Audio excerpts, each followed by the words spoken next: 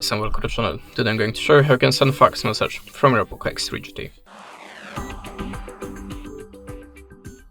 So now first open the Play Store, then tap on the search bar and look for the fax app.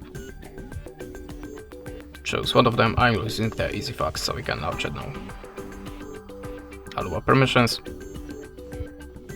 and click on the plus to choose the source of your document, like something from the gallery. Like this one for example. Now click on the import and now you can add this shape to the document. If you're ready, click arrow. Now choose the filter for your photo to make it more visible for the receiver, and now you can add a signature, text and graffiti by these icons. If you're ready, click accept icon, type the number in this place, choose the country from the list.